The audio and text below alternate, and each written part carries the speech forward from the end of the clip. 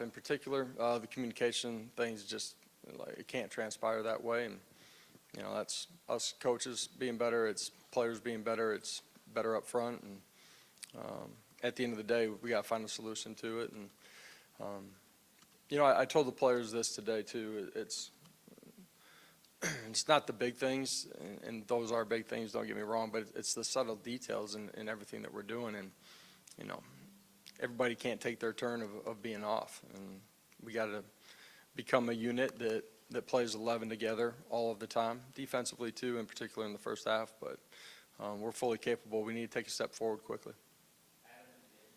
Just a couple questions on the Gerald Mincy situation. He didn't play on offense the other night. Was that punishment for the citation Thursday? Yeah, we just decided not to play him on the offensive side of the ball. And why did he play on special teams? Yeah, we just made that decision. Will he be available to play on Saturday? Yeah, we got a long week here. We'll go through the week. Was Dylan Sampson available to play? He did not. He was. He's been a little bit nicked up, but he was available. Had plans of, having him in the rotation. And I think on both sides of the football, the flow of the game, in particular in the first half, probably we didn't rotate the way we anticipated going into the football game, and probably as much as we needed to too. And how did you assess the offensive line when you went back and watched the tape? At the end of the day, just not as consistent as we need them to be. And that's really the entire offensive unit. I thought the wide receivers took a step in the right direction, from how they had performed the previous weeks. But collectively as a group, just not as consistent as you need to be to go on the road, to play a good team, and be able to move the football and ultimately score points. Like the self-inflicted wounds that goes into, how you're scoring in the red zone too. And it's not a game of unlimited opportunities. You got to maximize them. You can't put yourself in, first and 20 and try to play ball. Yeah, defensively on third down, were they doing anything to cause you guys problems with shifts and movements? Was it bad communication? Was it just simple physical execution? I'm just talking about third down in general. They had a bunch of third and mediums and third and longs. They did early. We had him in some third and long situations too. And our games, he was able to get outside of the pocket where we don't keep a contain on it. We don't match things on the back end. Give up two routes on the sideline. When we're sitting in a hard corner, we should be all over that. So, a little bit of the run fits. Guys are not completely out of their gap, but their eyes are caught in the wrong spot for a split second. They're a step and a half behind, and you give up a vertical seam. Coach, when you went back and watched, how did you assess Joe's play, good, bad, otherwise? There's some real positives, the efficiency, the communication, handling all that. We have to be better. He's got to be better, and the guys up front got to be better too, and some of our skill guys as well.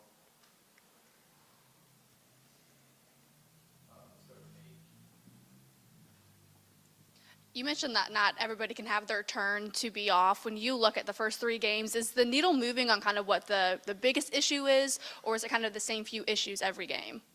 The needle has moved on some of it. Some of it from week 2 to week 3 didn't completely get cleaned up. We got to grow and go. For our football team, I said this, everybody sees the big picture stuff. The small details is where this game's got to be won and played, and we have to get better at that. Josh, how important is it to operate in your offense to be able to escape the pocket and throw off platform and sort of create plays from that quarterback position? Extended plays are a big part of any offense in today's game because of what you're facing up front, the pressure packages that you're inevitably going to see, the ability to move, make plays with your feet is a part of the game. That can be tucking it and running it. It can also be extending and making plays, outside of the pocket where you're throwing the football down the field. Josh, I know you can't replicate crowd noise on the road in the SEC, but in practice throughout the week, what are some things you can do to try to prepare for that? We've done a lot of things. Need to ramp it up, I guess. And when I say I guess, meaning only intensify it. We got to be able to function better than we did. part of that is the noise. Part of it's being able to reset from one play to the next. That's the hardest part to replicate during practice.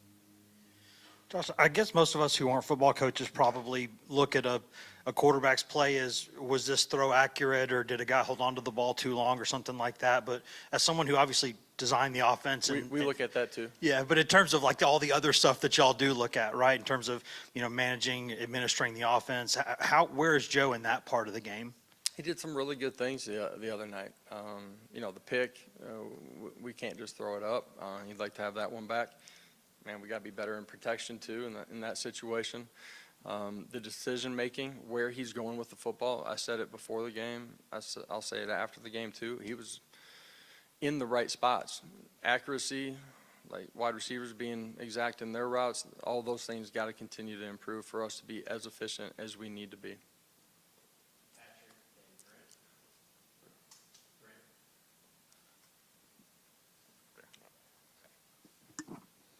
Josh, on the short yardage stuff offensively, I know that was a point of emphasis heading into last year. You guys were good. You've had some opportunities in all 3 games in 4th and short, and it's not gone well at all. What do you look at there? What's kind of happening in 4th and short? Yeah, some of those scenarios are different as far as what happens. A lot of it, we internally, we have to execute what we're doing. And that's where we're targeting, how we're targeting them, the fundamentals of it. We have to execute better in some of those situations. Some of those things we've practiced those exact looks. And at the end of the day, coaches and players, we got to get to where we need to be. You have to execute on 3rd down.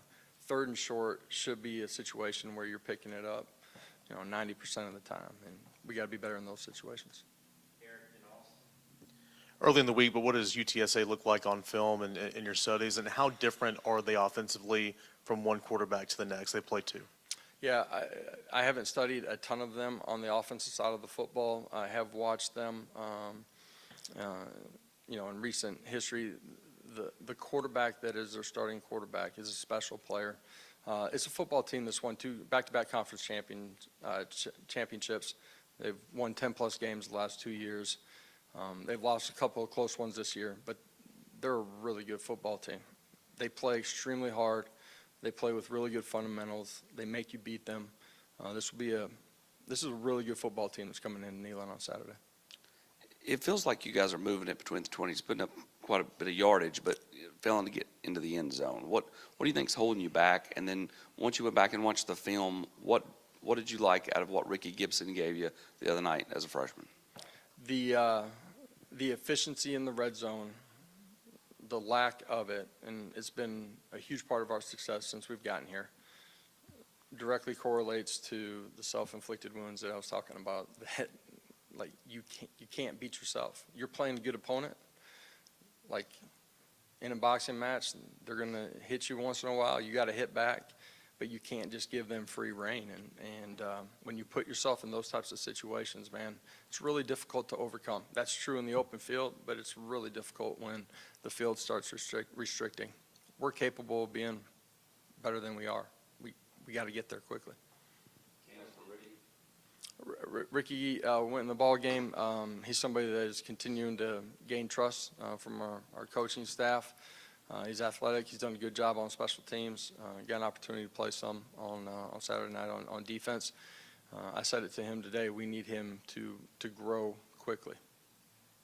After the game on Saturday, Brew McCoy said a loss like that can light a fire under the team. Have you seen that urgency since getting back from Gainesville? And we're just getting going in this week. The first thing is it better hurt and better matter. You could see that from our players yesterday and today. I think I said it earlier. At the same time, all those lessons got to move forward, but you also got to wash this one clean. You know what I mean? When our players come back later today, we got to move on to the next one. That'll be really important for us as a staff and as a program. Josh, you had talked the first couple of weeks about liking the tackling on the defensive side of things. Safe to say Saturday was kind of a surprise, and when you went back and watched, what led to the tackling issues? Yeah, defensively, there were a couple times where we got out of our gap. And when I say out of our gap, not that we're completely missing our gap, just we're behind. And so, a linebacker being a step behind allows that double team to be thicker, them to climb up on the second level, and you create a vertical seam. And when I talk about the game being played in margins, those are the subtle details that I'm talking about that happen on the defense side of the ball and the offensive side of the ball. It's not a complete wholesale change. We just have to be more efficient in what we're doing. The tackling issues, in particular in the first half, some poor fundamentals, and a couple times where the effort's not very good.